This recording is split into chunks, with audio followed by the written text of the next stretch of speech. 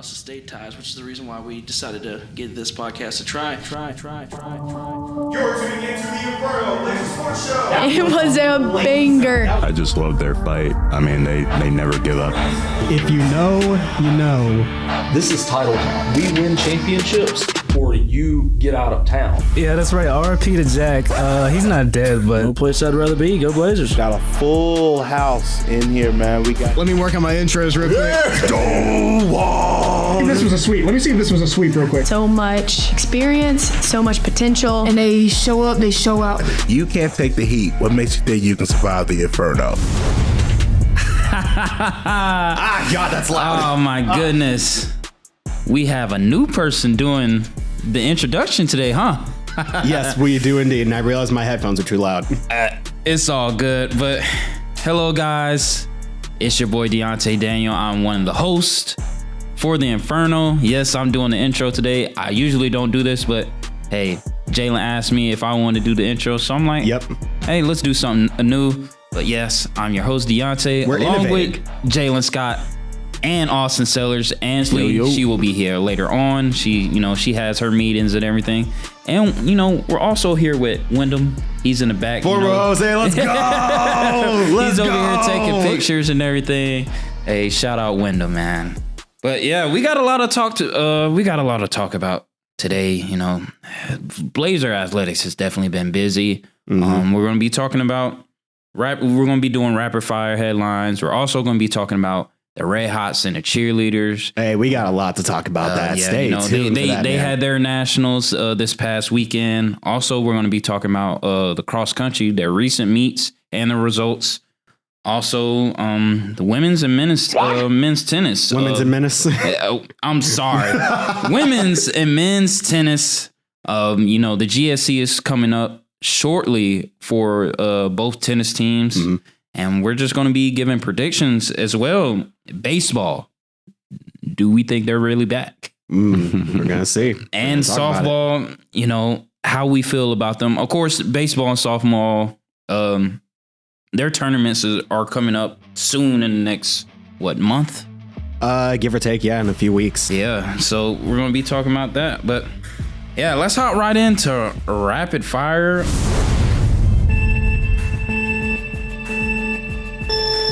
Jalen, do you want to go ahead and start that? Yeah, I'll go ahead and do this one here. The first topic I got to talk about here, we're going to say goodbye to the Argonauts here very soon. The Gulf Coast Clash is no more, as on April 2nd, the University of West Florida officially announced its official move to NCAA's Division I. The Argonauts will join the United Athletic Conference for football, playing against West Georgia again. And they'll be joining the Atlantic Sun Conference for the remaining sports starting in fall 2026. This is technically the sixth team to leave the GSC in the last 5 years. West Georgia and Shorter left in 2024. Erskine, Shawan, North Greenville left as affiliate members to join the Conference Carolinas in 2025. And this follows a really successful fall and winter season for this West Florida team. Their men's basketball, men's soccer, women's soccer, football, and volleyball teams all won either a GSC regular season or a tournament title. You ain't lying. In this academic year. So for West Florida, it's a move that we've been kind of eyeing for a while now, but it's now official. The Argonauts are moving up to Division I. It's definitely well deserved. As much as I love competition, I just hate West Florida winning everything. I'm tired of it, man. I need my VSU Blazers to get more titles. Yeah, the Gulf Coast Clash is no more. But focusing on the, I'm going to say the good half of the Gulf Coast Clash in Valdosta State. Deontay, we got some news out of the basketball camps here, especially for the men's side. So for men's basketball, we had some new signees. Caden Brown, a 6'7" forward from Lowndes County High. Just Lowndes High. High. Oh, well, Lowndes High. I'm sorry. Lowndes High School, as of Thursday, April 9th, officially signed to Valdosta State, staying in South Georgia. We need all the players we got. Second straight Vikings player to commit to Valdosta State. The first one, at least in the first half of that back-to-back, was Casey Demps. Yeah, the Vikette joined the Lady Blazer basketball team. Now we have Caden Brown from Lowndes High, the second straight Lowndes High player. I'm happy for Caden. He gets to stay home. I love it for the men's basketball team because, we are losing a lot. Yep. But also we had another player sign, transfer, Jack Voth, a 6'6" transfer guard for Warner University, as of April 12th, announced his commitment to VSU on Instagram. He scored 1,000 career points during his time at Warner, and they will be joining potential returners Blaze Wallace and Caden Johnson. Shout out to them. Getting that stretch, getting kind of that stretch big, that wing player, 6'6" transfer guard. He scored his 1,000 career point at Warner, so definitely has a good bit of scoring potential there. I'd be excited to see what they can produce here in the next year. Austin, what can you tell us about the new GSC commissioner? Yeah, we've got some new faces in the GSC. So on April 8th, the Gulf South Conference announced that former 15-year athletic director for Union University, Tommy Sadler, will be the Gulf South Conference interim commissioner starting May 1st. He's replacing Matt Wilson, who was named the Ohio Valley Conference commissioner on March 13th. And yeah, excited to see him. Excited. He was there at Union during their time from transitioning from NAIA to the NCAA. He's been at Union for a long, long time prior to his time being an athletic director for Union.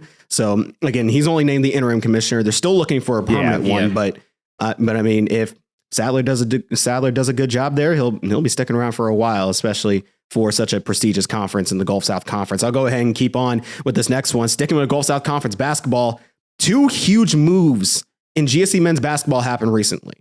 Justin Mann of West Florida was, quote unquote, released by the team after their GSC tournament championship. And along with Anthony Kamara, formerly of Montevallo, is now joining the Auburn Montgomery Warhawks. Now, mind you, Justin Mann won the GSC tournament with West Florida. And according to the West Florida Argonauts website, they specifically wrote released. They didn't say, I didn't really say anything. It said moved on in a new direction. No, it says, quote, released from the team.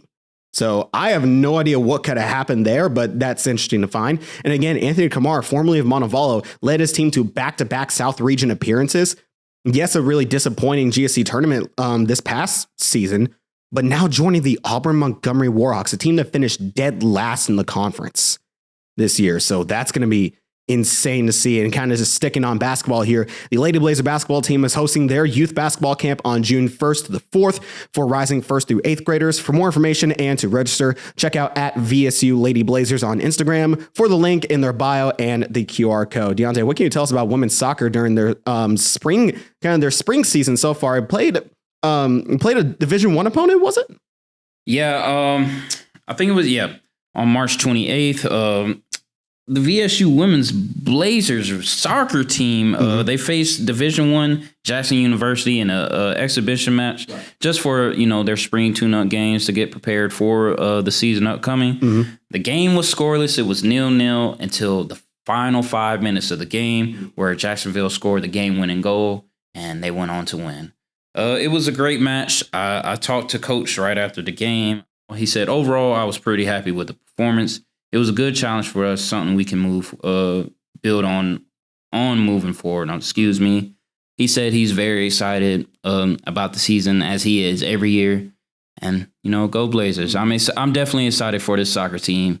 I know we got a lot of new faces. We still got, our leaders. Still have a pretty young core, especially on the forward end. Scoring is going to be a huge thing. And I know defense is going to look a little bit different. Losing a couple solid pieces, couple solid senior pieces last year on the defensive end and the midfielders. But new team can bring about new hope. So that's certainly what I'm going to be looking out for. Just kind of rapid fire here. Austin, can give us a little recap about golf as they're preparing for the GSC tournament. What do we have? What do we have in terms of updates? So they finished up on February 17th at the St. Leo Invitational. They kind of struggled a little bit towards the final round of the tournament. They finished 13th out of 17 teams, and then they moved on to the Argonaut Invitational in West Florida.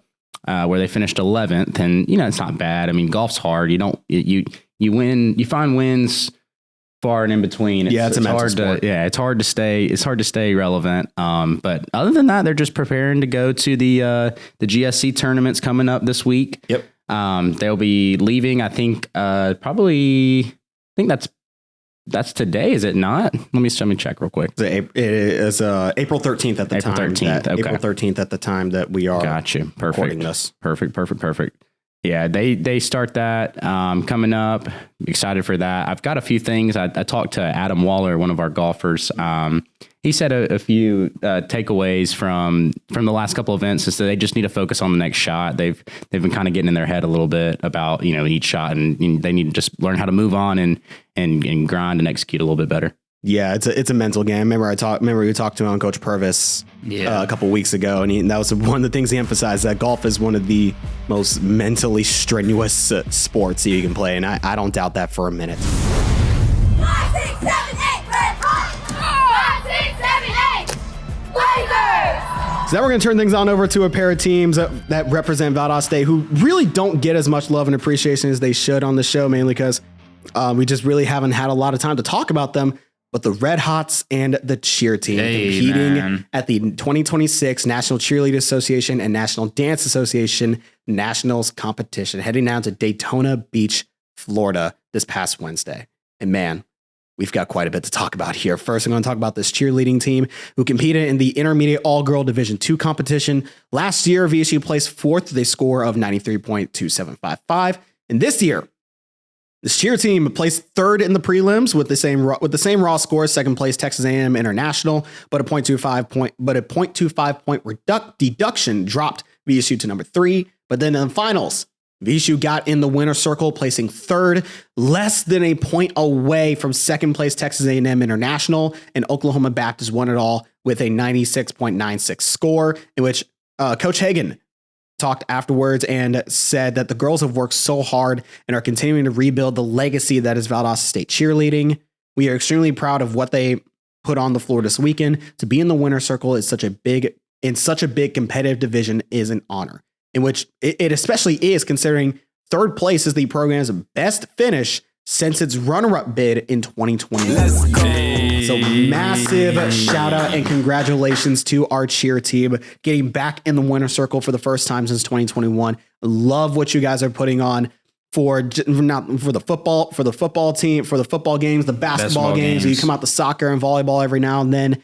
You guys are just fantastic. You really help liven up the arena and liven up the spaces with your cheers and everything you guys do. So massive shout out, congratulations to the cheer team. I actually watched their performance, and I honestly think some of the moves they were doing, that should have won them first place by default. I watched it too. Now, granted, we didn't watch Texas A&M International's Oklahoma Baptist, so we don't know what they did, but we were watching some of the moves they were pulling. Oh my goodness. I couldn't never. I couldn't either. Just the athleticism of these women performing is astounding. It's literally astounding and mesmerizing to watch. Just the synchronicity, the choreography, the stunts, the flips. I can't even count how many back handsprings and backflips they did. That was just beautiful to watch. It was amazing to watch. But speaking of performances that were amazing to watch, you got to turn things on over to the Red Hots. Red Hots, man. The Red Hots, man. Red Hots for real. Red Hots are red hot with 2 national titles. Back to Titletown, baby. Let's go. So the first one we're going to talk about here, the Hip Hop Division II competition. Where last year, VSU won in the finals, 2.5 points ahead of second place Lindenwood for their 9th title at the time. This year, back-to-back national champions in the Hip Hop Division II category, where VSU placed first in the finals ahead of Davenport and Gannon with a score of 95.14, 1.3 points ahead of second place, in which, according to the Division Averages Report, which scores 7 facets and qualities of each team's performance, including collegiate image, performance impression, uniformity, quality of movement, technical elements, choreography, and staging, VSU scored first in every category, outscoring second place Davenport by 1 point or more in every category except collegiate image. Now here's one thing I want to add.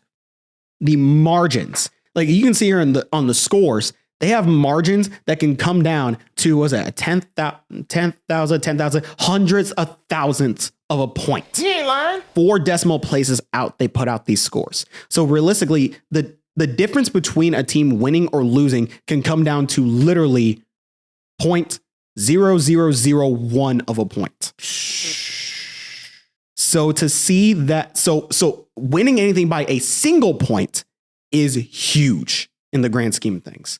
So the fact that VSU scored first in every category, outscoring Davenport in all seven, in 6 of the 7 categories by a full point or more. Flawless victory. That's just domination. Yeah. That's just across the board domination at that point. Just clean sweep of all of it. And I watched the performance as well. A+, no notes. Y'all ate. Y'all ate, left no crumbs. No crumbs. No crumbs. Nope. It was amazing. It was awesome to watch. I really loved watching that performance.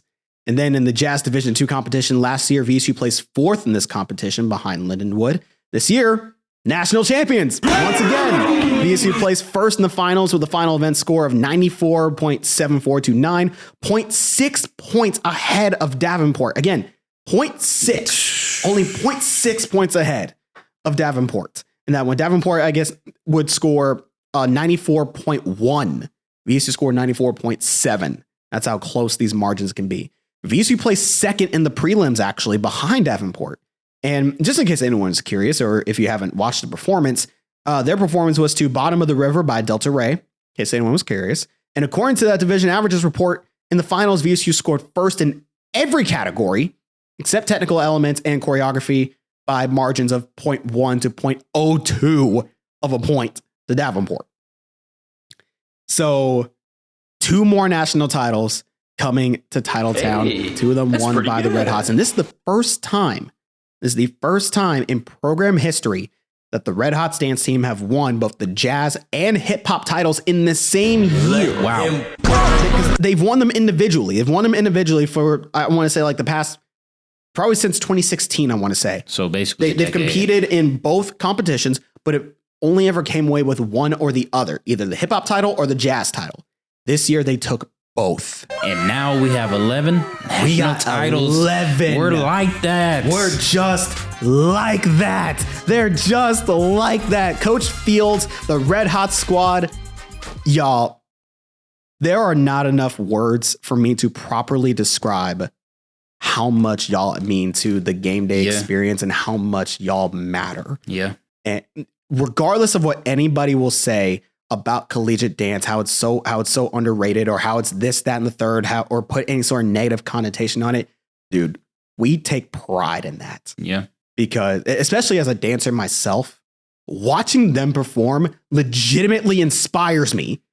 It legitimately inspires me to try new things, to try different styles, try different moves or whatever. So watching them perform at basketball games, the Christmas kick is iconic. The cheer team, the moves they do, the stunts they perform, iconic. Just everything about the legacy that the cheerleading team and the Red Hots have built just screams iconic.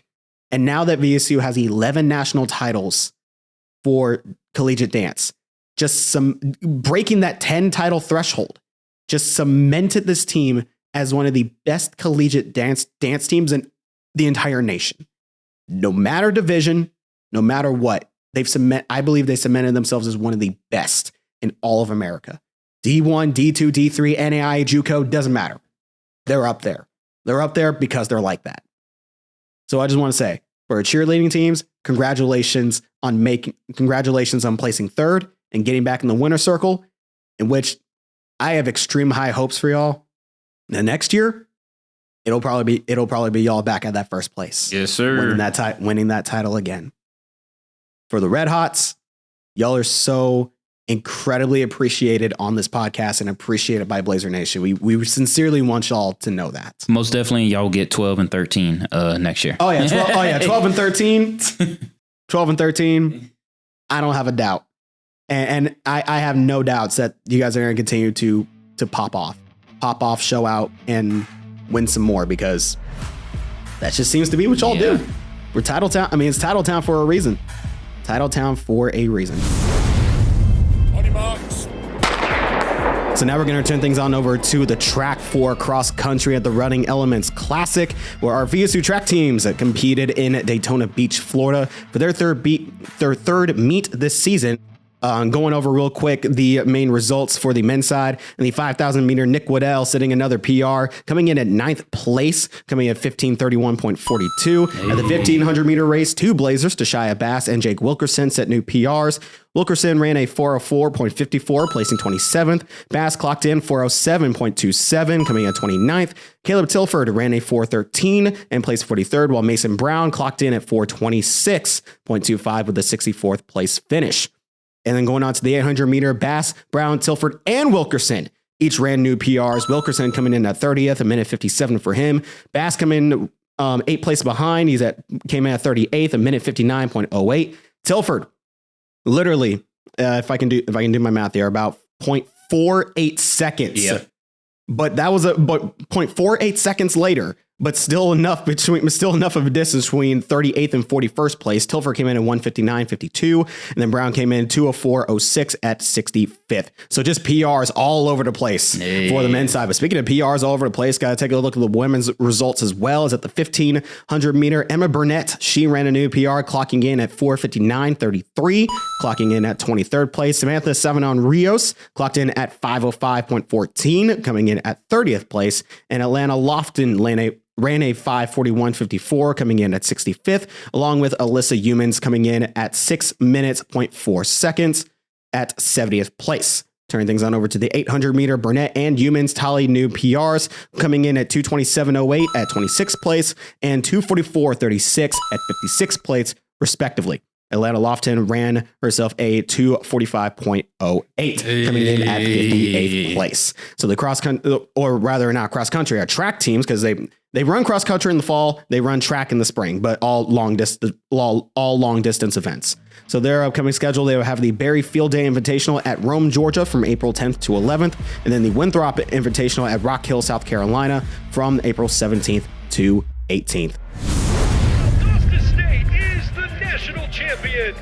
So now turning things on over from the track to the tennis courts. We're going to start here with the men's tennis team teetering on playoff contention. Well, not really so much teetering anymore, because it's confirmed that they have clinched the Gulf South Conference tournament. The men's tennis team back in the GSC tournament. Although to be entirely frank, when you only have 9 teams playing in the conference that play men's tennis, it's kind of hard to not make it. Yeah. Which I'm going to get to here in a second. Oh, man. So this men's Blazer tennis team, it's been a rough season for them. It's been a really rough season for them so far. They were on a 6-match losing streak from late March until now. But a couple of key players I want to know here, juniors Jerome Iacone and Philip Bose. I'm going to talk about them here in a little bit more. They've been the bright spots in the singles front, with each of them having 7 and 6 singles wins this season. But the major drawback for them has been on the doubles. VSU is 6-28 in doubles points this year, with only 2 pairings this year having a record over 500. That's Jerome Iacone, Jan Thyssen are both 2-0. Johan Munier and Jan Thyssen are 1-0. So VSU has really just been struggling with leaving these critical doubles points on the board, putting more pressure on the singles matches to win 4 out of 7. Because you need to win 4 out of 7. That doubles point can be critical. Yeah.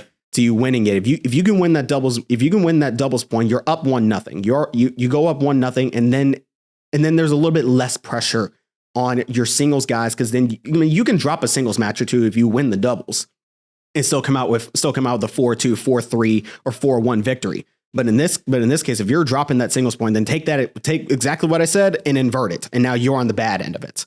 So just a couple quick notes from the recent matches. Against number 18, Mississippi College, a 6-1 loss where Mississippi College took the doubles point.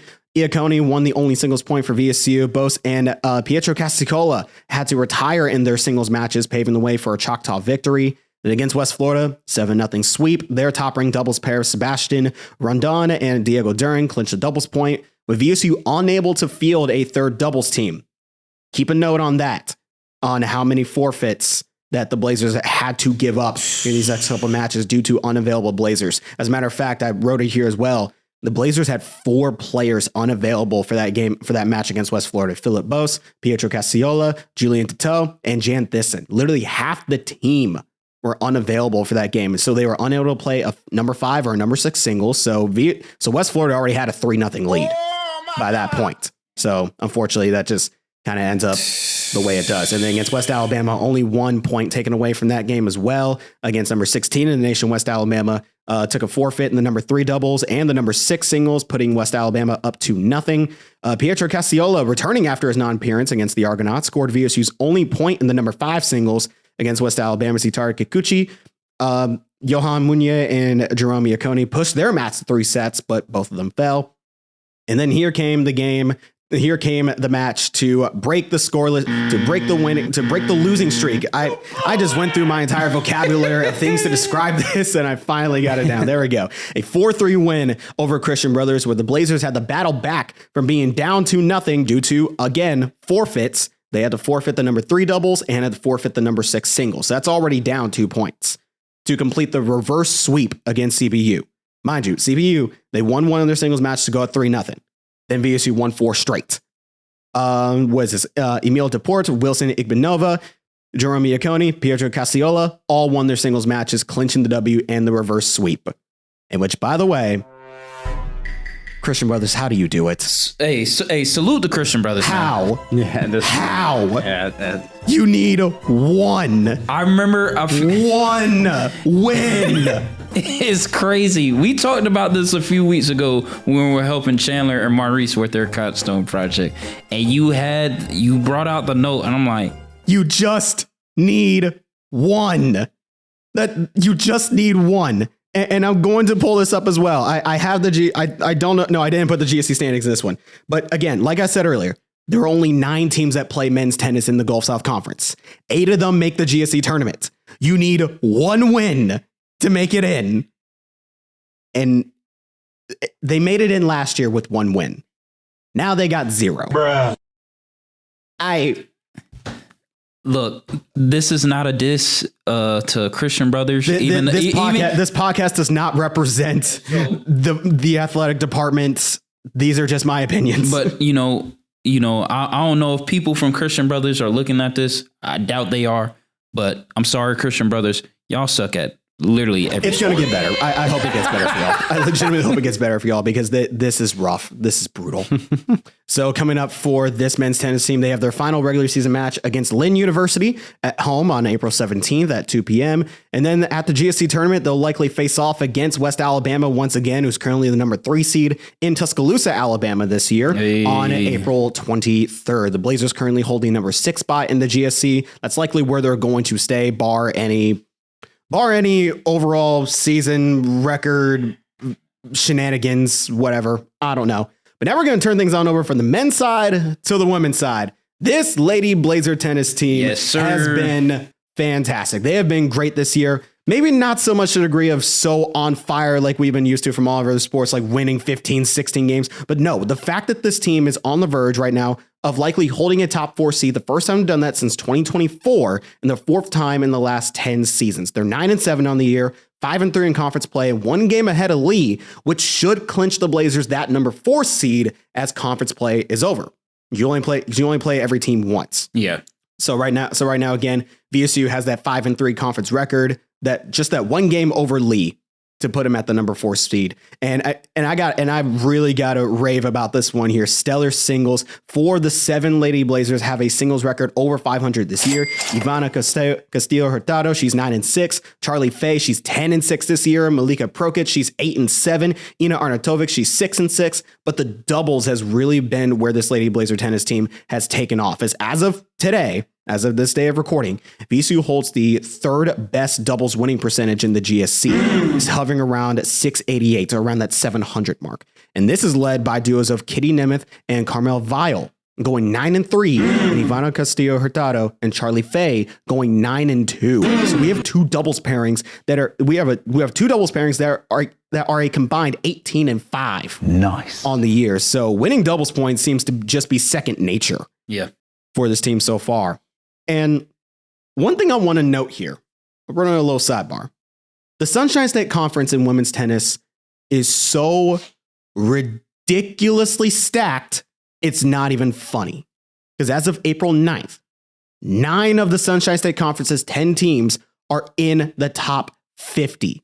Barry, Embry-Riddle, Nova Southeastern, Florida Southern, all 4 of those teams are in the top 10.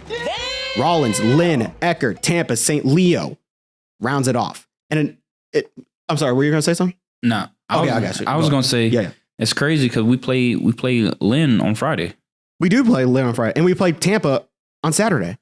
So here's another thing to note. According to the ITA rankings from April 8th, 14 of these top 15 teams in D2 women's tennis are from either the Sunshine State, the Gulf South, South Atlantic, or Peach Belt conferences. Only one of them is from none of those, and it's Finley in the GMAC, who sits at number 10. They are the lone warrior amongst Southeast domination in the ITA polls. And again, these are the best teams in the nation. This is what ITA considers the best teams in the nation. And 14 out of 15 of them reside in the Southeast. He ain't lying.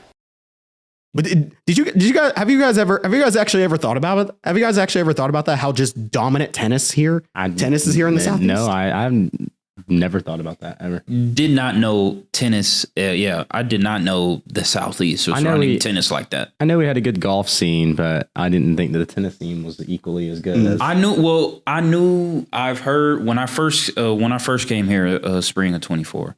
I did hear something about the men's tennis team. Mm-hmm. Yeah, because that was the year they won the national title. Yeah. Or won the first of back-to-back national titles.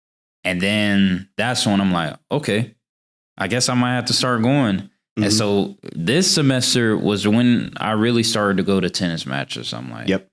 Yeah, okay, I see why now. Now you're starting to understand. Now, mind you, again, I'm talking about women's tennis here. 14 out of 15 teams are from the Southeast. The top teams in the nation. That's insane. It is wild. So going over a couple keynotes from the recent matches against number 7 in the nation, Mississippi College, your current GSC regular season champion.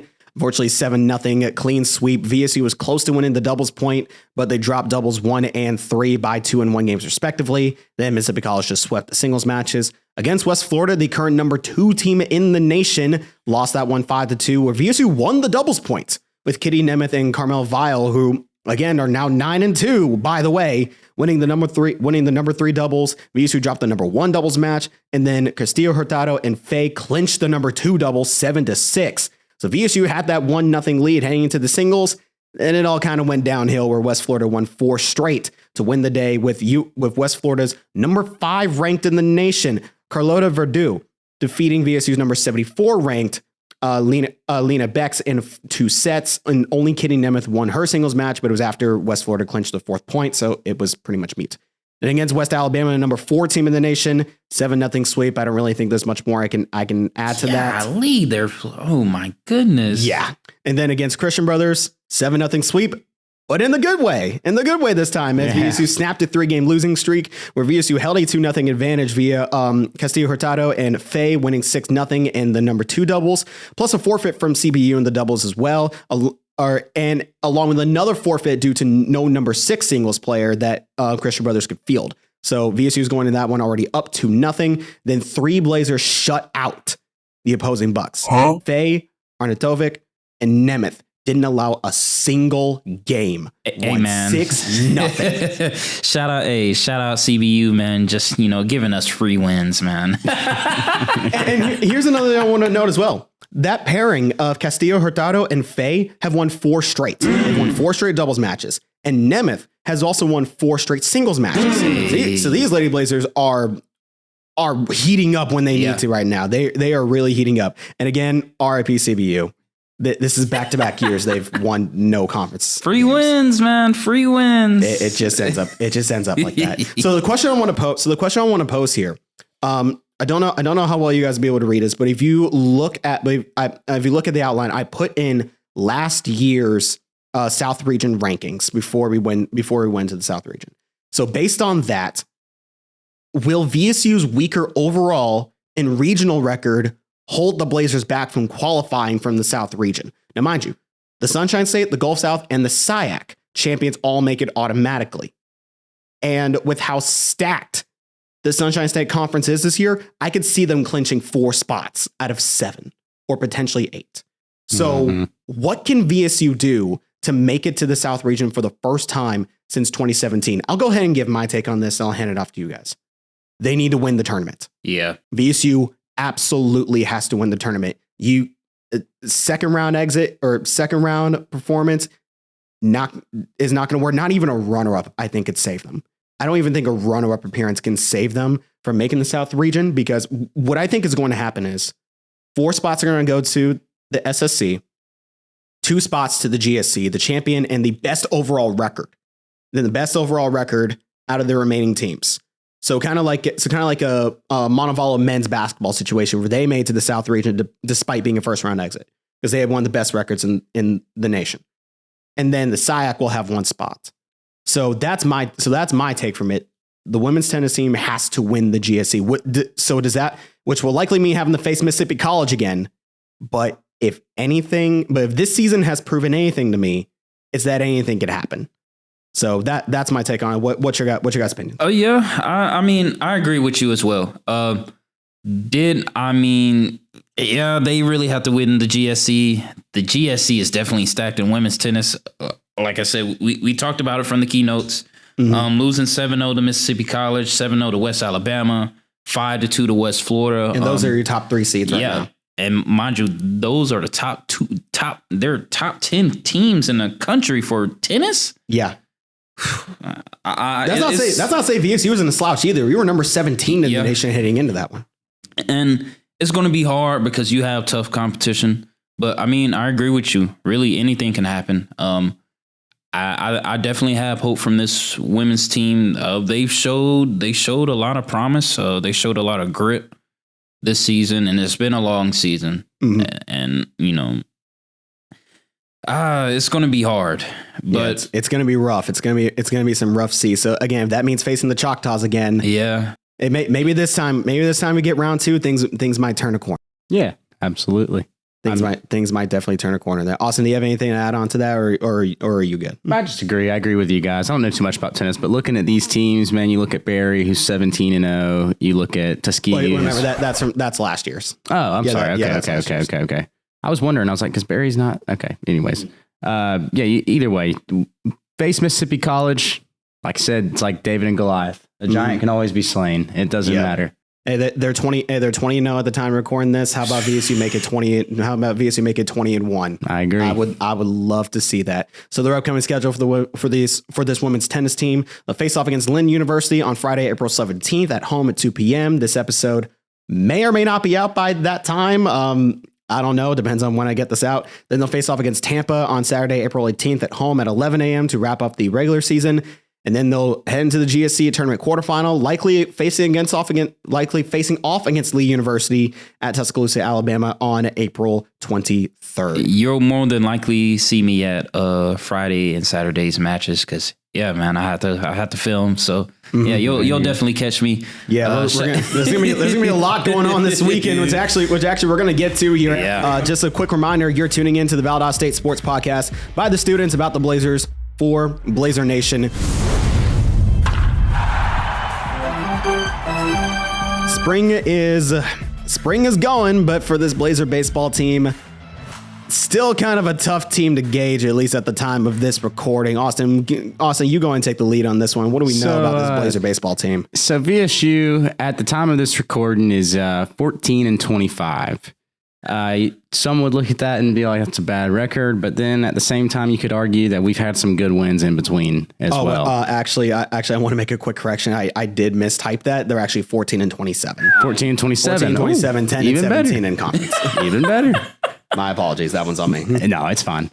But we'll start with a single game against Florida Southern on March 31st. We had a strong start from VSU, scoring 6 runs in the first 3 innings via RBI singles.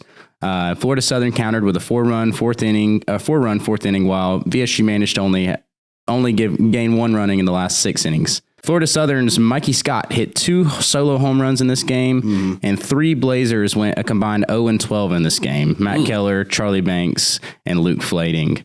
They totaled 2 walks and 6 strikeouts. Keller and Banks both went 0 for 5 in that game. So it was just a rough day. Which is rough day for them. Banks is always hot, so that's how you know it's a bad day. Yep. But we won the series against Auburn Montgomery following that, 2-1. So we beat them 19-0. We lost 19-0. Sorry, I'm thinking that's sorry, got you. Yeah, losing 19-0 in 7 innings, and then we won 13-3 in another 7 innings, and then we lost 8-5. Or we won 8-5. Sorry, I'm mixing my W's and my L's up here, guys. Sorry. And then on April 3rd, in the 4th, we're back to back, or we're back pushed back. Are you sure you're reading this correctly? Sorry, I'm losing my lines here, man. It's been a long morning. I get it. All right. So game 1, following a 3-hour delay, the game's supposed to start at 5 p.m. and it got pushed back to 8 p.m. That's what I was trying to read a second ago due to weather. I'm going to put that in gigantic air quotes. I had to work that game. I got there at 4. And they were talking for the longest time about starting the game later. And I get it. You don't want to start a game, then have your guys like get warm and get hot, then have to sit for an hour or two, and then you have to throw them back out there. It's just a risk of injury. But for storms that were supposed to come through that never came through. They never came. So we got delayed for 3 hours and didn't get out of the ballpark till 11:30 at night. Jesus. Mind you, again, I was with Jalen earlier that day because we were helping Maurice and Chandler with their capstone project. Yep. He left, right? Because I'm like, okay, he has baseball. And I seen on the weather app, it's supposed to rain. So they might cancel the game, right? Yep. We kept on filming. No rain. No nothing. Goodness. Sunny skies. Is hot. maybe a couple clouds every now and then, but look, I get it. I'm not trying. We're not trying to say this to personally attack the decisions that Coach Holson and his staff have to make. I know there's several factors that go into this, and it's a tough decision to make, a tough call to make to decide when to start a game. But that doesn't mean I'm not going to sit here and not complain about it because I felt like it was a little ridiculous. But that's just me personally. One thing I do want to add for this game 1 is this. As a team, AUM went 19 for 35 at the plate. Wait a minute. Batting a triple slash of 542, 600, and 714. You what? When I say they were swinging at everything, they were swinging at everything. And they still got base hits. That is crazy. 19 base hits. Wow. 19. This is wild. This is a wild stat. AUM scored in every inning except the 7th. Yep. They scored 1 in the first, 2 in the second, 4 in the third, 3 in the fifth. I just got mine mixed up. 1 in the first, 2 in the second, 4 in the third, 3 in the fourth, 5 in the fifth. And I think I want to say 4 in the 6th. I don't know if that adds up to 19. Go look at the box. Just go look at the box. 10 walks is also I'm done talking. Literally, that's crazy. 19-0 game with no home runs, 16 singles, 2 doubles, 10 walks, and scored 19 runs. Got on base 29 times in that game. All right, I'm done talking about game 1. Austin, move us on to game 2. Move on to game 2. Move on to game 2, please. I'm done talking about this. Where luckily VSU ended up finding their offense and cranked the bats up a little bit. So 4 runs in the first inning for the Blazers, and then 5 in the 5th. What a breakout inning there. Ooh, I love that. 4 in the 6th, and it cruised us to a easy victory. Yep. Charlie Banks snapped out of an 0-10 funk to go 2-3 with 2 doubles and 4 RBIs. We love to see it. VSU hit 5 doubles in this game, 2 from each Banks and Howard, and 1 from Ladd. Another interesting note, VSU got hit by 5 pitches in this game, which is pretty insane. AUM just couldn't find the zone. Yeah. They had their game 1 starter, Drew Cashin. He threw a gem, and then none of their pitchers afterwards could find the zone. Wow. Jack Butler pitched a complete game and allowing only 3 runs and 1 earned, and struck out 3 as well. It was a happy Easter at the ballpark. Yeah, definitely a better game than game 1. If this was the MLB and you seen batters get hit at least 5 times, somebody's getting ejected. But I digress. Now y'all want to hear a story? This is a good story here. We're about to get into. So buckle up here. So, all right, let's do it. So game 3. So the 7-inning comeback is capped off with a walk-off grand slam. Wow. Here's the sequence. But how did we get there? Yeah. So the game was 5-2, Auburn Montgomery heading into the bottom of the 7th. Seviano singled, Mack hit a fly out. Beckham singled on a 3-2 count, which moved Seviano to third. Webster pinch hit and got hit by a pitch, loading the bases. Pooh pinch runs for Webster. Keller talks about Keller walks us to score on a run on four straight balls. Wow. AUM brings in Lucas Baggett to pitch. Ladd works a full count, bases loaded walk. Banks makes it to first on a fielder's choice as Pugh is thrown out at home via force out, and then a 2-2 count with 2 outs. Brent Howard launches a right field grand slam to walk off Auburn Montgomery 8-5. But wait, there's more. Yeah, there's more to this story. So Auburn Montgomery immediately challenges the home run call, claiming that the ball went foul, and either one of the two things happened. Either replay showed that the ball stayed inside the foul ball pole, or there wasn't any conclusive evidence that supported the contrary. The call of a home run stood, and then all hell broke loose. Auburn Montgomery's coaches were furious over the call. It rushes to the field to yell, argue, protest, and go after the umpires. I was working that game, working replay, and I got to watch it all unfold from the booth. And man, whoever said baseball can't get dramatic, you just haven't seen it. You just haven't seen what could potentially happen. Now, I showed it to you guys. I was just about to say that. I showed you the Flow replay, the Flow College replay of everything that happened there. You guys saw they were fired up. Yeah. I mean, look, I'm not going to say they had every right to, because when you showed us the play, honestly, in my opinion, it looked foul. Yeah. It looked foul to me too. Yeah, the ball looked foul to me, but again, like Austin just said, either one of two things happened. Either replay showed the ball stayed inside the foul pole, or there wasn't conclusive evidence of support of the contrary. And mind you, if you have Flow College, you can go back to watch the replay of this game. You will literally see on the replay the umpire signals fair before the ball hits, or at least presumably before the ball hits, because you're not able to see the ball in the replay. But he calls fair before that ball lands. So that call is already made to say, okay, that's a fair ball. If this is over, that's a home run. And so be it. And then AUM's coaches, man, they rushed out and started arguing, cussing, pointing, yelling, making every point they could. Meanwhile, VSU's is off to the side. They're off in their own dugout. I was in tears because you just see the VSU team on the side just celebrating. Mm-hmm. Oh man, a grand slam! We just won the series and everything. And you just see the AUM coach just fired up, like he's literally fired up, like he's an MLB manager. Mm-hmm. Literally, like he's about to go up to the umpire, grab a hold of his shirt, and go, "Why I oughta." And they had to back him up. You seen people from VSU had to come out there and break up everything. I'm like, oh my goodness. Mr. Caden, Greg Richards, Miss Harden. A lot of the athletic staff had to come out there and try to break that up to make sure nobody, even campus police, were brought out. Yeah, Hey, shout out Sean Keller. When I had first found out about this last week, he had said there was a fight. And so when Professor Jenkins was telling me, oh, it's a fight, I'm like, oh, so somebody's throwing hands. Yeah. No. I got a little too fired up. It was just a little civil dispute. I've been a Braves fan my entire life, and I don't even think I've ever seen Snit get that hot. Yeah. So, and he's known to blow a gasket or two. And you're the same fan who watched your own baseball team. What was his last name? Lopez, the catcher, pull up Miles Garrett and hit somebody in the head with a baseball. Shout out my starting pitcher, Ronaldo Lopez. You know what I'm saying? His former teammate, Jorge Soler. Hey. Look, he had every right. I don't condone him just having a baseball in his hands and just hitting him with the baseball. Mind you, Jorge Soler ate that. He acted like it didn't happen. Yeah, and then both of them get suspended, 5+ games. But then there's also y'all's manager as well. Full jiu-jitsu. Didn't he do taekwondo? I think he was he did taekwondo, some sort of martial arts, coming in with a form tackle. I saw the Falcons are trying to sign him.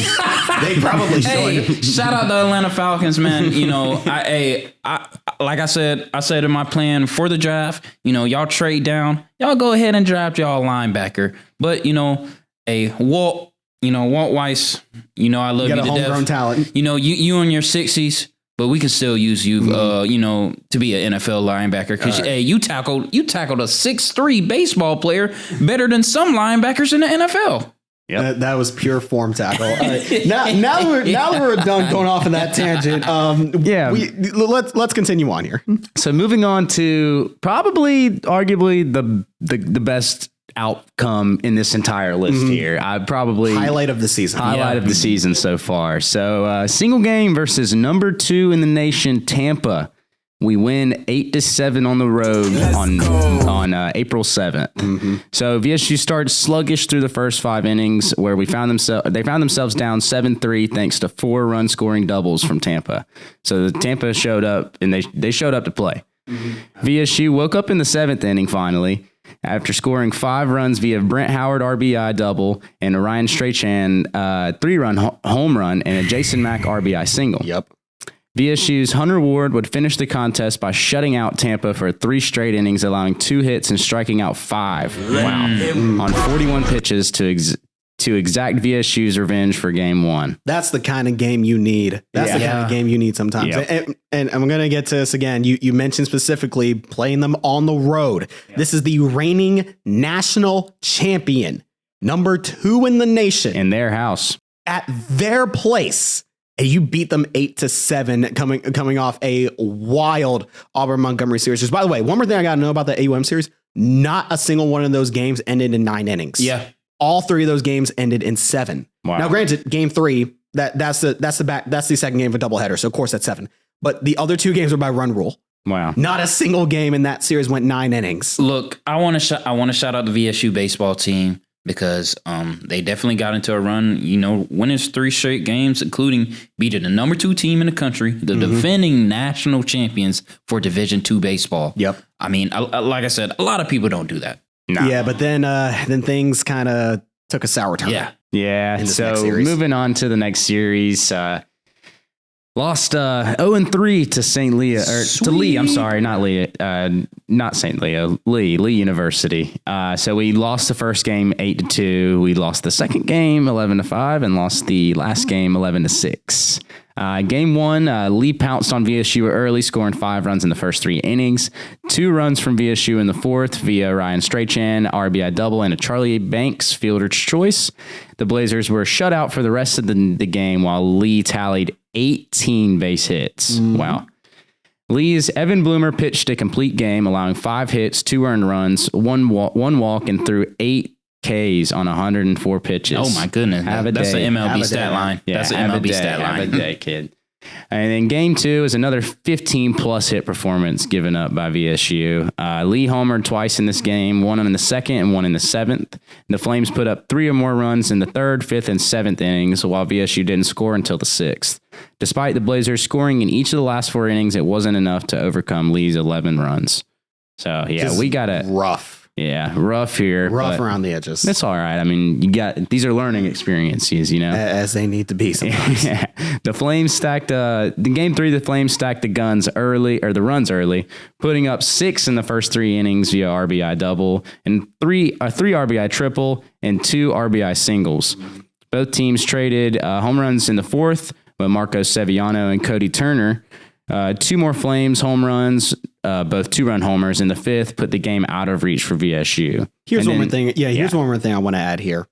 Lee had 46 base hits. What? In 3 games. 46. Bullpen's got to step it up, man. That's all I'm going to say. That's all We're going to get, speaking of bullpen, we're going to get to that stat later. Yeah, we're going to get that here. And Austin, you mentioned earlier about, the road win against Tampa. That was huge. It's also huge for this reason as well. VSU has been brutal on the road this year. 4-17 on the road in overall matches, making them 3rd worst in the GSC. And for conference road games specifically, VSU is only 2-13. Only 1 game better than last place Christian Brothers. I know your stance that we're better than by 1. Honestly, is this even a good thing for us? Or no, it isn't. Exactly. Like I said, that's again, what I'm thinking. For anybody who attends CBU or is a CBU fan, again, this is not a diss towards you. Y'all are just not good. Kind of. Again, this podcast does not represent the thoughts, opinions, and expressions of the VSU Athletics Department or its employees. This is just us having opinions and having fun with it. Which, by the way, additionally, VSU has not won a single road series. It has been swept in 3 straight road series. It combined 0 for 9 against Lee, Mississippi College, and Montevallo. In which, one more thing I want to add here.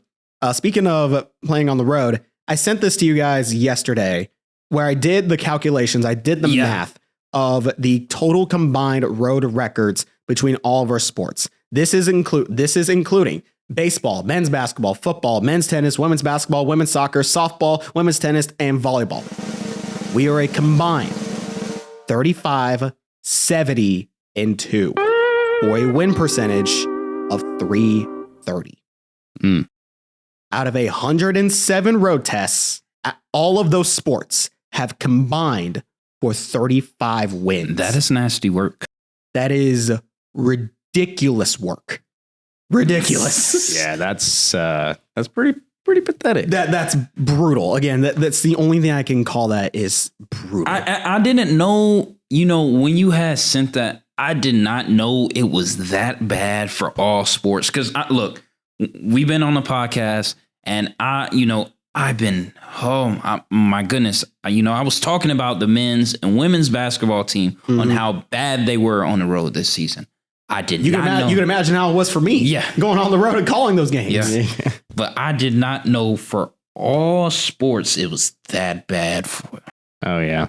And apparently that kind of just seems to be the case for a lot of teams in the GSC this year. I don't know what it is. I don't know what's in the air.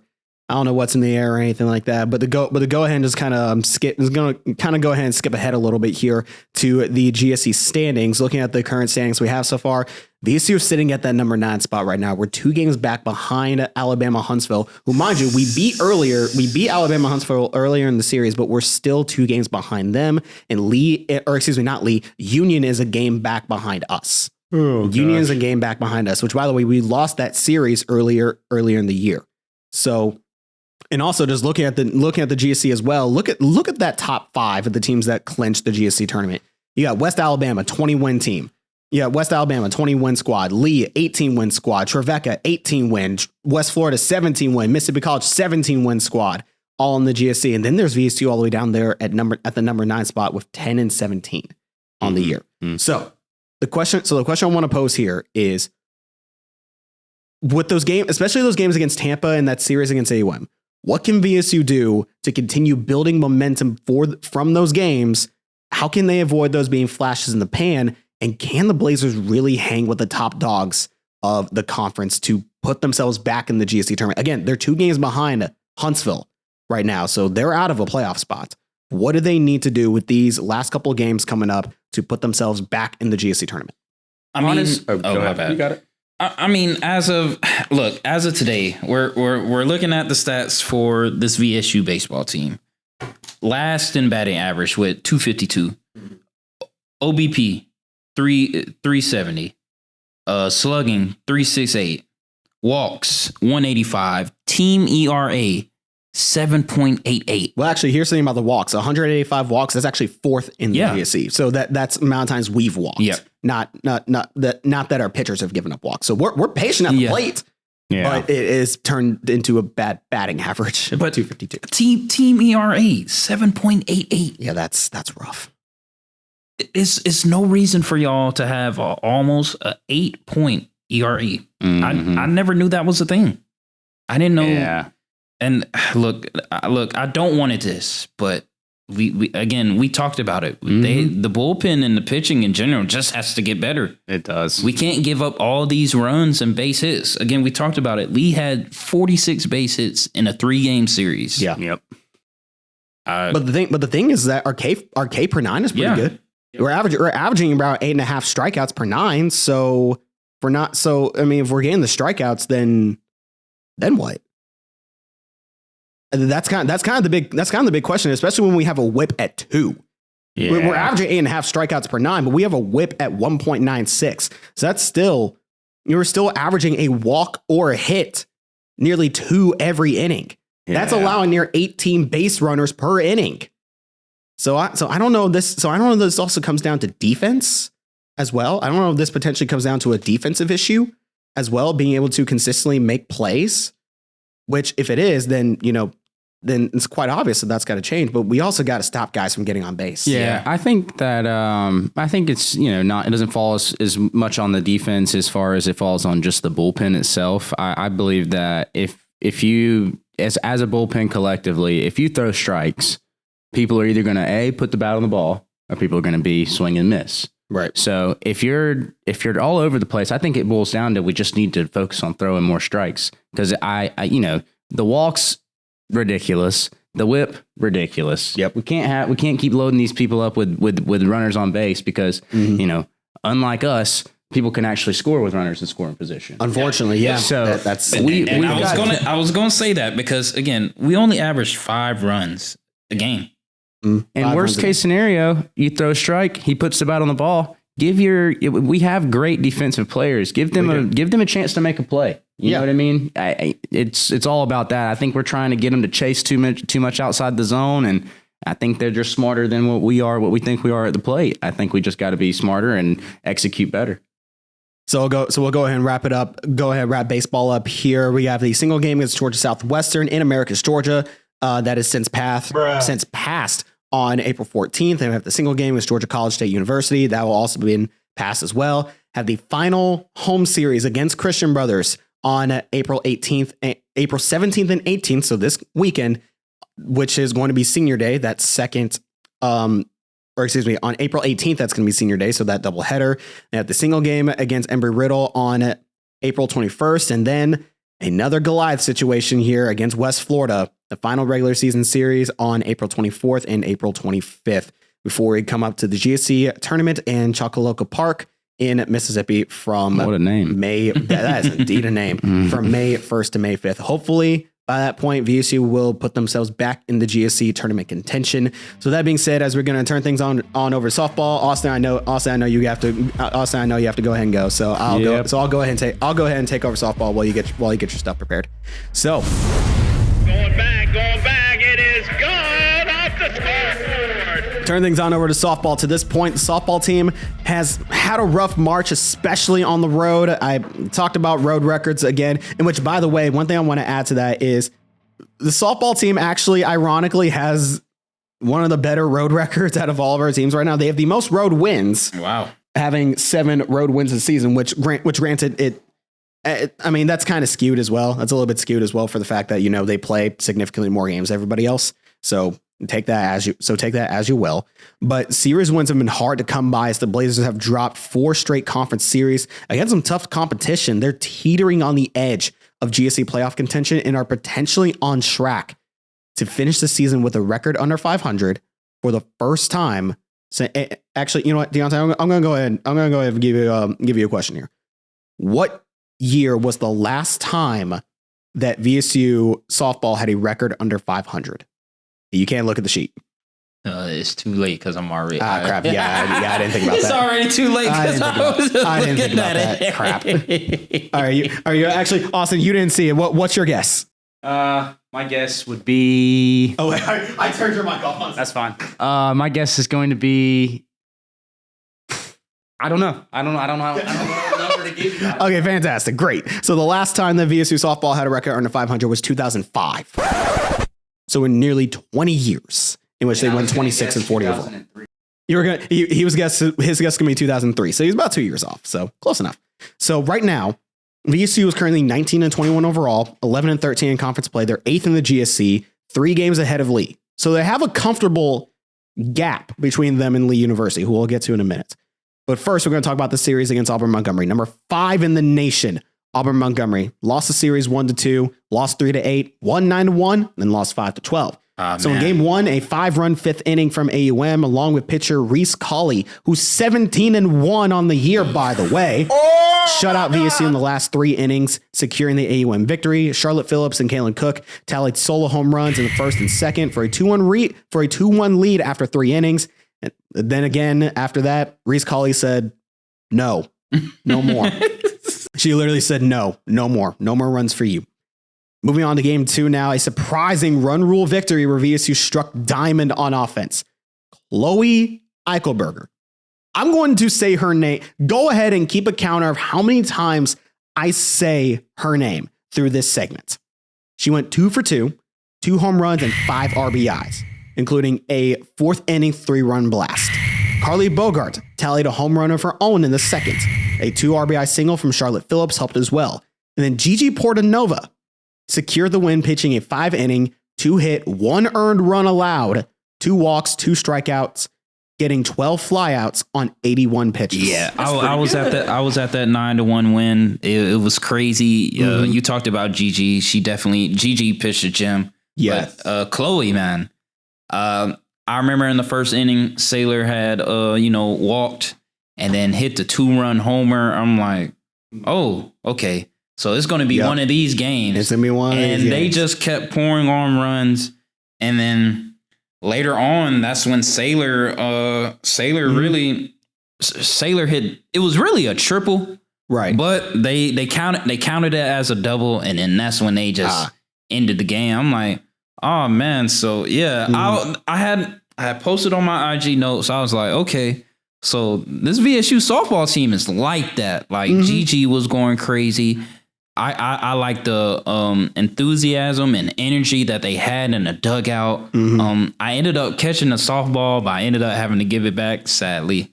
Hey, you caught one. You caught one though. That's more than what some people can say.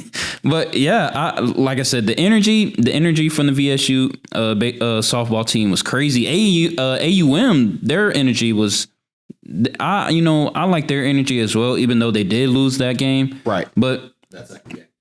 But it is what it is. Like I said, I thought it was nice. Yeah. And then, I ended up leaving after that game. I stopped for baseball for a little bit and I ended up having to leave. So I didn't get to watch the last game of that series for softball. Yeah. So, and I'll go over that game 3 real quick. Actually, one more thing I want to add here for game 2. That one run. Here's a little bit. Or actually, I'm not going to make this a guess. I'm just going to say the only run that was scored in that one, I believe it was a solo home run from Reese Colley. Yes. So their game 1 pitcher scored their only run in game 2. She said, run support. Fine. I'm going to just do it myself. Literally, it was funny because I remember it was in the 4th inning.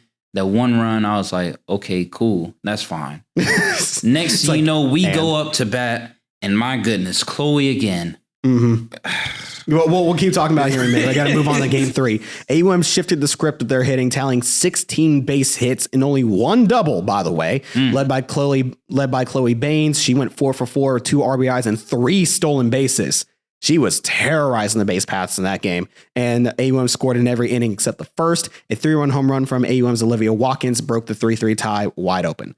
Then we're going to move things on to the 2-game series against Georgia Southwestern, where we swept the series in that one, 1-2-0, in which game 1, a pair of strong 3-inning efforts combined with 3.5 innings of shutout softball settled the perfect storm. So to start the bottom of the 7th, Saylor McNearney puts on the strength, puts on her hitting gloves, takes the first pitch, sends it to the fence for her 11th home run of the season, a solo shot, winning 5-4. And then in game 2, Blazer bats stay hot heading into game 2. Charlotte Phillips hits a solo home run in the first. McNearney hits her 12th home run of the season on a first pitch. Again, another first pitch offering just says, ding, grand slam in the 2nd inning. Double steal in the 3rd, and an Evie Pitts home run in the 4th sealed the W.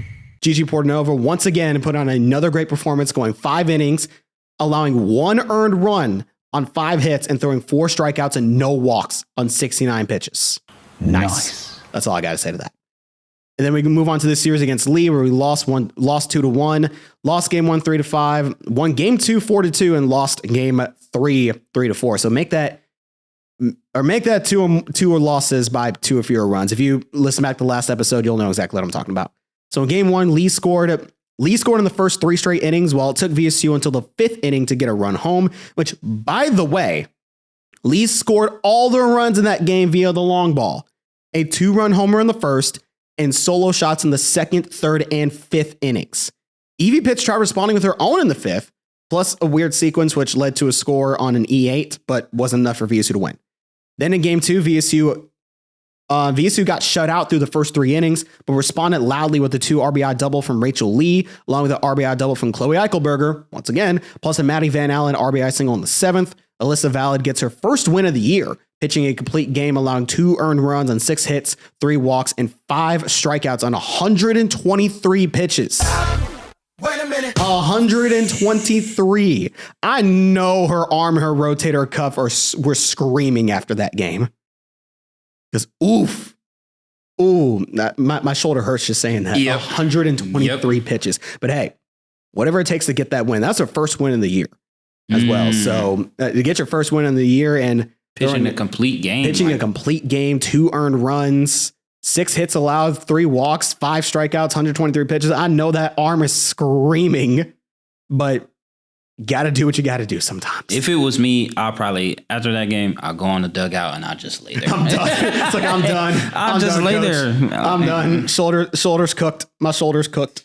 But softball players are built different, I swear. And then game 3, 4 shutout innings pitched by VSU Savannah Barfield and Lee's Kaylee Underwood led to a 2-out Chloe Eichelberger, again, 3-run home run to open the scoring, in which Lee responded with a triple from Addison Emerson, who then scored herself on a throwing error, in which Lee also hit a 2-run home run in the 6th inning to tie the game. Then Lee's Sadie Winsett hit a 2-out single to left field to walk off the game.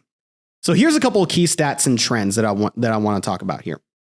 Currently, Charlotte Phillips is on a 9-game hitting streak dating back to March 29th against Mississippi College, and on an 11-game on-base streak, one away from her longest streak, which is 12, dating back to the opening games against Mississippi College. And Saylor McNerney and Kaylin Cook both have 6 multi-RBI games this year, and both McNerney and Eichelberger are batting over 300. McNerney's hitting 344. And I'm going to scroll back up to get this one. Here's Eichelberger so far this year. She is batting 417, 463 on base, 778 slugging. Hold on, because as I'm looking at it right now on the GSC website, what? Chloe is second in the GSC with batting average. She's second with 425. 425. They got her at 425. But first in the GSC with an OPS of 1.251. Damn! Yeah. I got nothing. I got nothing. That's a hitter. I'm just, I wouldn't want to face her. I wouldn't want to face her for the life of me. My goodness. Giving me flashbacks of Aniston Gano. Aniston Gano, we have found your successor, batting 417. That's just insane. And an OPS over 1200. Yeah. Wow. But here's another thing too. Saylor McNerney. Now, we've seen McNerney play. Yeah. She's played here all 4 years. She's known as a speedster. She's a speedy type. Almost like Ricky Henderson type, if you will, for softball. Did you know that she had the power to lead the GSC in home runs? That is wild. This year, she has cranked up the power to 11, or rather I say cranked up the power to 12, because she leads the GSC in home runs with 12 on her own. She bats leadoff, by the way. She's a leadoff home run hitter and base stealer. I believe she's 13 for 15 on stolen bases, has 12 home runs, and is batting 344. If that isn't the perfect combination of leadoff skills, I don't know what is. I honestly don't know what is. And those 12 home runs puts her 14th in all of Division II for home runs. And she has the 4th best slugging percentage in the GSC at 703. Gigi Portanova ranks 2nd in the GSC for walks allowed per 9 innings. Hey, keeping batters off base.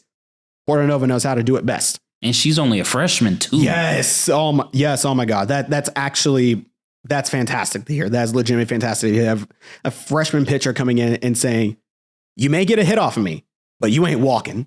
You ain't walking off me. Again, allows 1 walk per 9 innings or per 7 innings. And she's going to get, shout out to Gigi. Like I said, the one game I watched her, she looked amazing. And she's only going to get better. She's only a freshman. Even though she does have a 4.91 ERA, right? you're a freshman. You're going to get better year after year. The more development and everything that you have. Yes. Once it comes to junior, senior year, I might be think untouchable. Yeah, she's going to be might be untouchable for real. So turning things on over here to the main question of this section. So looking at the GSC standings right now, we only have one spot that's clinched, and that's Montevallo. They're 18-6 in the GSC. But then we have 3 teams tied for second, 17-7 each. AUM, West Florida, West Alabama, each at 17 wins apiece. Mississippi College is there at 15-9. Huntsville is there at 14-10. Trevecca is 11-3. Valdosta State is 11-3. Now, mind you, Valdosta State swept Trevecca early in the season, first conference series, and we have a 3-game cushion over Lee University. So we look to be pretty comfortable where we are right now. We still have 3 series left to go. Still have 3 series left to go against Christian Brothers, against West Florida, and against Union. Now, 2 of those series are massively in our favor, or in VSU's favor, face off against Lee and Christian Brothers, who granted, their records show it, they're fighting for everything they have, especially Union. They're fighting to try and make something of themselves to potentially go on a crazy run to make the GSC tournament. Christian Brothers, they might be out of it, but that doesn't mean, but if the men's basketball team has taught us anything and their Lady Buccaneers basketball team has taught us anything from the previous season, Christian Brothers is not always a team you can count on as an easy win sometimes. So that being said, what do you think can guide this team to making it back to the GSC tournament? Not just making the GSC tournament, but could put them on track to make a run. My take on this is consistency. You need to be consistent. And you need to win in close games. Those are really the two main things that I can come to in terms of conclusions to that answer. You need to win in close games. So any way you can get that extra hit, you can work that extra walk, maybe take one more pitch or something to get that walk, to get that extra batter on base. Because again, this team is slugging .485. So if that ball's getting hit, even though VSU is only batting .267 on the year, 11th in the conference, they're slugging .485. So when they do get bat to ball, it's doing damage. It's getting extra bases. So we can get runners on and get that slugging, we're good. And especially if we can get it via the long ball, which we're first in the GSC for home runs. But fourth in Division II in the whole country. Yes. In home runs.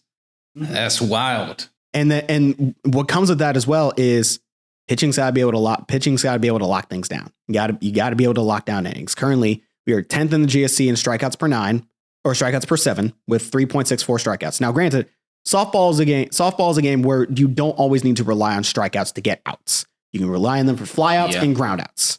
But also having a 1.5 whip is not doing you any favors. Having a team ERA of 4.5 is not doing you any favors when you're only averaging around 4.8 runs a game. Those two you'd rather not have next to each other. So it boils down to this for me.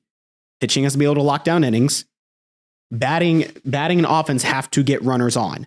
Get runners on base any way possible so that the slugging comes through. And you can do damage. And I think then you have the keys, then you have the ingredients to make a potential run at the GSC tournament. Yeah, I agree with you as well. Talking about all the home runs and everything, and I literally just looked at it. You know, we talked about Sailor McNerney leading the GSE in all home runs. Yep. Do you want to guess how many RBIs she has? How many RBIs? Yes. If she's hit 12 of her own, I'm going to guess most of those have been solo shots because she bats lead off. Let's see. She bats 12. I'm going to say 30. 28. 28. Okay. So you're close. But it's amazing. Yeah. And I feel like, a lot of these players, they need to get on base. Mm-hmm. Follow behind your 1 and 2 hitters. Sailor and Chloe, like I said, they're the best batters in all of GSC, potentially of all Division II. Yeah, I would honestly put Chloe at the 4. Yeah, put Chloe at cleanup, and as much as I kind of hate to say this because Sailor's such a good base stealer, maybe move her to the 2. Maybe move her to the 2 or the 3 spot. Or you can maybe keep her a leadoff, but it's kind of a trade-off. Do you want the home run power to get that first inning leadoff run, or do you want the speed to set up a runner coming home, set up Sailor coming home to score? But that's only considering the top 4. That's not considering 5 through 9 who still have important jobs to do to get on base. And again, that's where the slugging comes through. 5 through 9 can still massively contribute via the slugging and getting balls in play and doing damage, getting people on base. So really, that's kind of what it boils down to me. Get players on base so then the slugging does the work. But of course, yeah, I agree with you. Again, we have to stay consistent. You talked about it. A 4.54 team ERA. That's not good. Yeah, it's rough when you're also averaging about that much in scoring on your run. That's not good at all. Like I said, you get runners on base, score more runs. And like I said, the pitchers, they have to be consistent. Yep. You have to lock in. You don't have to strike. Like you said, you don't have to strike people out. Yeah. You can get outs on ground outs and pop ups. That's the name of the game for baseball. If you can do that, I mean softball. I'm sorry, but yeah, if you can do that for softball, you can win at least almost every game. Yeah. Unless you have, situations where, softball can be weird. Yeah. Baseball can be weird. Anything can happen. Yeah. So you kind of just have to take things as they are and just move on to the next series. Which, speaking of upcoming schedule, softball will have their home series against Christian Brothers on April 18th and 19th, and play a road series against West Florida on April 24th and 25th, and then will make up their first series of the year. They were supposed to play Union at the beginning of the year, but that series got postponed all the way until May. So now they'll play their final regular season home series against Union on May 1st and 2nd, with Senior Day on the 2nd. Then the GSC tournament at Chocoloco Park from May 6th to May 9th. So with that being said, that is finally how we're going to wrap up this episode. It's been a long one here, but we had a lot to talk about here. And the thing that I want to point out here is that, once again, all of our episodes are available this semester on Spotify, YouTube, Amazon Music, Apple Podcasts, and Audacity, with a full archive available on our website. Go to sites.google.com/view/The Inferno Podcast to tune into any past episode from season 1 all the way to season 6.